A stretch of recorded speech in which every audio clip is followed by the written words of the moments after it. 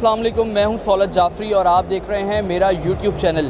اس وقت میں موجود ہوں کراچی ایکسپو سینٹر میں۔ ایکسپو 2022 آئیڈیاز کے اندر جو ہے وہ ایک کیمپ لگایا گیا ہے۔ اس کیمپ میں موجود ہوں اور اس کیمپ کے اندر جو ہے وہ ریہیبلیٹیشن ایک سینٹر ہے جس میں بتایا جاتا ہے کہ اگر کوئی فوجی دوران ڈیوٹی زخمی ہو جائے، یعنی کسی جنگ میں جو ہے وہ غازی ہو جائے، تو اس کو پھر کس طریقے سے ریہیبلیٹ کیا جاتا ہے۔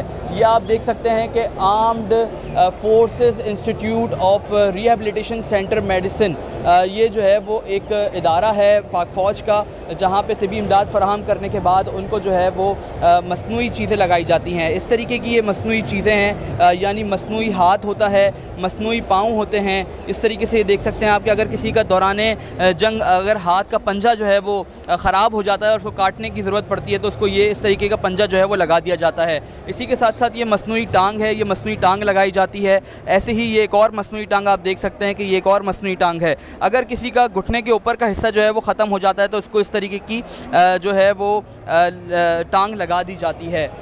یہاں پہ ہمارے ساتھ کچھ غازی موجود ہیں پاک فوج کے، ان سے بات کرتے ہیں، ان سے جانتے ہیں کہ ان کے کیا واقعات تھے، کس طریقے سے جو ہے وہ انہوں نے جنگ میں اپنے آپ کو جو ہے وہ غازی کہلوایا اور غازی کو جو ہے وہ منوایا۔ ہمارے ساتھ اس وقت فرحان موجود ہیں۔ فرحان، بتائیے گا آپ کے ساتھ کیا انسیڈنٹ ہوا تھا اور آپ نے کس طریقے سے خود کو غازی کہلوانے کے قابل سمجھا ہے؟ السلام علیکم۔ میں 19 ستمبر 2021 کو دتا خیل میں اپنی پوسٹ پہ موجود تھا۔ مغرب کے ٹائم دہشت گردوں نے اچانک اٹیک کیا ہے، تو ہم نے اپنی پوسٹ کو بہتر طریقے سے ڈیفینڈ کیا ہے۔ تو کافی دیر ہماری لڑائی چلتی رہی ہے، فائر ہوتا رہا ہے۔ تقریباً کافی دیر بعد مجھے 2 بلٹس لگی ہیں، ایک میری لیفٹ ٹانگ میں لگی ہے گھٹنے میں، تو ایک چیسٹ پہ لگی ہے، لیکن چیسٹ پہ بلٹ پروف جیکٹ ہونے کی وجہ سے الحمدللہ کافی بچت ہو گئی۔ تو انجری کے فوراً بعد مجھے پشاور CMS شفٹ کیا گیا، جہاں پہ میرا ٹریٹمنٹ شروع ہوا، لیکن میرا زخم خراب ہو جانے کی وجہ سے تو میری ٹانگ کاٹنی پڑی۔ تو اس کے بعد 6 ماہ بعد جب میرا زخم مکمل بہتر ہو گیا تھا تو AFIRM راولپنڈی مجھے شفٹ کیا گیا، جہاں پہ مجھے آرٹیفیشل لیگ لگی۔ ابھی الحمدللہ میں کافی بہتر ہوں، اپنے روزمرہ کے کام بآسانی کر سکتا ہوں۔ تو اللہ تعالیٰ کا بہت شکر ہے کہ اللہ تعالیٰ نے مجھے اس عظیم رتبے کے لیے چنا۔ اللہ تعالیٰ کا بہت شکر گزار ہوں، تھینک یو۔ اچھا، یہ بتائیے گا فرحان کہ آپ کا یہ والا حصہ یعنی گھٹنے کے اوپر والا حصہ جو ہے وہ آپ کا بالکل ختم ہو گیا تھا، مصنوعی ٹانگ لگی۔ جب آپ کا یہ حصہ ختم ہوا تو آپ نے کیا فیلنگس تھیں آپ کی اس ٹائم کہ زندگی جو ہے وہ دوبارہ سے شروع ہو سکتی ہے؟ جی، سوچا تو نہیں تھا کہ اس طرح بہتر انداز سے دوبارہ شروع ہوگی۔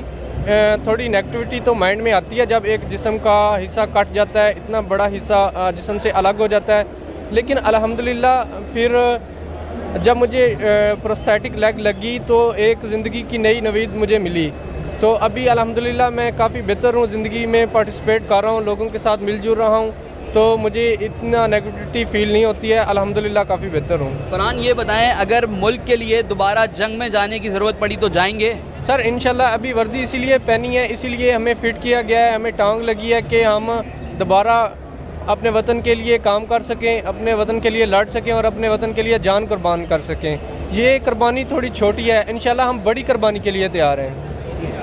بالکل، آپ نے سنا کہ یہ وہ پاک فوج کے غازی جوان ہیں جو کہ بڑی قربانیوں کے لیے بھی تیار ہیں۔ اپنی ٹانگ کٹوانے کے بعد جو ہے وہ اپنے آپ کو غازی کہلوایا اور اس کے بعد اب یہ بولتے ہیں کہ یہ ایک چھوٹی قربانی تھی اور ہم بڑی قربانی کے لیے بھی جو ہے وہ تیار ہیں۔ ہمارے ساتھ اسد صاحب موجود ہیں، یہ بھی غازی ہیں پاک فوج کے، ان سے بھی جانتے ہیں ان کا انسیڈنٹ۔ اسد صاحب، بتائیے گا کیا واقعہ ہوا تھا، کس طریقے سے آپ نے اپنے آپ کو غازی کہلوایا ہے اور کتنا فخر محسوس کرتے ہیں آپ؟ الحمدللہ ابھی تو مجھے 6-7 سال ہو گئے زخمی ہوئے۔ میں 26/12/2013 کو جنوبی وزیرستان میں زخمی ہوا تھا آپریشن کے دوران۔ لائیو آپریشن چل رہا تھا تو وہاں پہ ID بلاسٹ ہوئی تھی، تقریباً 15 آدمی تھے ہم، جس میں 3-4 شہید ہو گئے تھے اور 3-4 زخمی ہو گئے تھے۔ میری ٹانگ اڑ گئی تھی، وہاں سے میں پھر ٹرانسفر آ گیا تھا پشاور، وہاں باقی علاج شلاج چلا ہے۔